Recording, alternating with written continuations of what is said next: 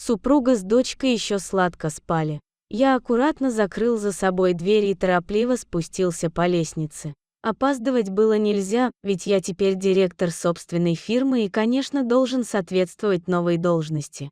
Выйдя во двор, я уже собирался сесть в машину, но в этот момент заметил соседского мальчика, который с самого утра уже был во дворе. «Давай иди отсюда, убирайся!» — кричал он на маленького щенка, который, положив возле его ног палочку, смотрел своими большими влажными глазами, наполненными любовью к этому маленькому человеку. «Отстань, я тебе сказал!» — снова грозно закричал Мишка, замахнувшись на надоедливого щенка. Тот отскочил в сторону, все так же с надеждой, глядя на мальчика. «Ты чего на него так ругаешься?» — спросил я, позабыв о своей машине, и направился к нему. «Смотри, как он тебя любит, а ты?» Я присел на лавочку рядом с Мишкой. «Отчего он трогает меня?» — надув губы, ответил мальчик. «Не нужен он мне, дворняжка несчастная. Мне родители на день рождения породистого купят, не то что этот». Щенок, как будто поняв, что человек им недоволен, заворчал и лег, вытянув лапы вперед и положив на них свою мордочку.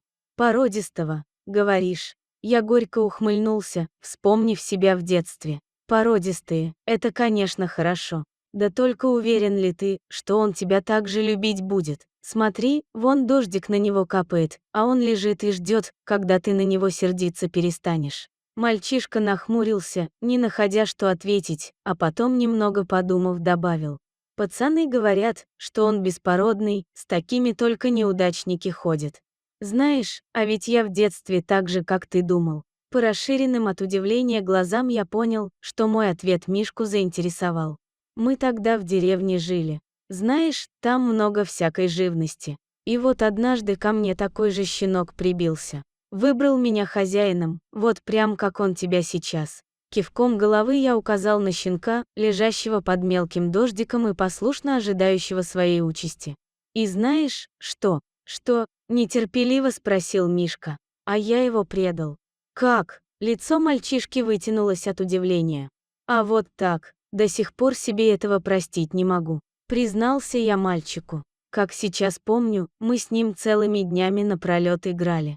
И умный он такой был, все команды осваивал. Мальчишки мне даже завидовали одно время, но потом вот. «Ну что?» — подгонял меня Мишка своими вопросами, усевшись рядом на лавочку. А потом одному мальчишке из нашей компании породистого щенка купили. У него даже и паспорт свой был, представляешь? Мишка, глядя прямо мне в лицо, соглашаясь, кивнул головой. Так вот, все сразу за ним бегать стали, нахваливать, завидовать, а на моего щенка больше никто и внимания не обращал, какие бы он команды ни выполнял. И даже посмеиваться начали. «Дворняжка», — говорили. «Беспородный, как ты выразился». Я улыбнулся, взглянув на Мишку. Он уже ничего не возражал и не спрашивал, а молча слушал мой рассказ и думал о чем-то своем. И вот однажды собрались мы всей компанией на поляне за деревней. Играли, бегали и дурачились, как обычно. И тут Лёшка со своим породистым щенком пришел. Ребята опять его начали наглаживать и восхищаться, какой он красивый, умный. Обидно мне стало, что все внимание ему. Вот я и сказал пацанам: смотрите, а мой пес новые команды выучил. А те давай смеяться, говорить, что моя дворняжка может только тявкать и блох разводить. А тут еще Лёшка взял засохшую коровью лепешку и вместо палочки кинул моему Рексу, а тот и рад. Подумал, что снова с ним поиграть захотели. Подпрыгнул и поймал, будто палку ему кинули.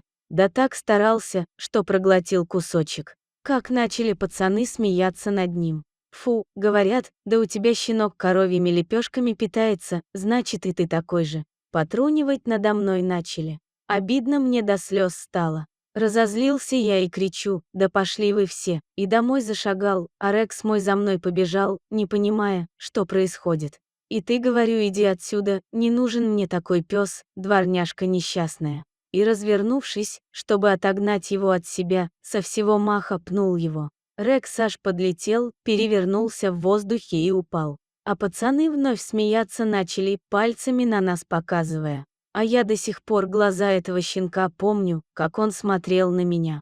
Клянусь, он плакал тогда, но не от боли, а от понимания, что он больше мне не нужен. Глаза его были грустные, большие и влажные. Вот, совсем как у твоего сейчас. Мишка посмотрел на меня, поджав губы.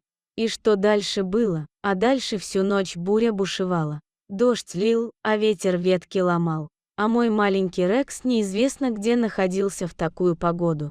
Я всю ночь тогда не спал, проклинал себя за то, что прогнал беспомощного щенка. А ведь он меня так любил. Пацанов ругал за то, что смеялись и дразнили. А потом, как только рассвело, я быстренько штаны натянул и, пока родители не видят, побежал на улицу искать друга своего беспородного. «И что, нашел?» — с надеждой спросил Мишка. «Нашел. Да только поздно уже было. Когда я пришел на нашу поляну, он так там и лежал, прямо в луже и не дышал совсем». «Почему не дышал?» — всхлипывая спросил Мишка. «Он умер?» «Умер», — подтвердил я, взглянув на Мишку, не обращая внимания на его слезы. Я его гладил тогда, просил прощения. Гладил и рыдал над ним. Да только он мне уже ничего не ответил. Не лизнул меня в нос, как он это обычно делал, не вилял своим хвостиком и не заглядывал в глаза. «И знаешь, что?» «Что?» — вытирая слезы, переспросил Мишка. «Мне кажется, что он не от ветра или дождя умер, а от того, что я его предал». На этих словах я и сам почувствовал, как тяжелый комок подкатил к горлу. «Забавно», — подумал я. 40-летний мужик, глава фирмы, весь из себя такой важный, разрыдается сейчас на лавочке из-за детских воспоминаний. Выдавив из себя улыбку, я потрепал Мишку по волосам. «Так что, брат, не повторяй моих ошибок. Друзей ведь не из-за породы выбирают, а по зову сердца». Мальчишка соскочил с лавочки и, схватив щенка на руки, прижал к груди. «Я его никогда не предам», — решительно заявил он, все еще с мокрыми от слез глазами. «Он моим лучшим другом будет», — сообщил он и отправился в свой подъезд. А я улыбнулся. «Хороший пацан», — подумал я. Не зря я на него время потратил. Взглянул на часы. Уже почти 9. Опоздал. Хороший же я пример подаю своим сотрудникам. Но ничего, это того стоило. Ведь есть в нашей жизни вещи куда важнее карьеры и бизнеса. Спасибо, дорогие зрители, что дослушали до конца. Делитесь своим мнением в комментариях, а также подписывайтесь на канал, где вы найдете еще много интересного.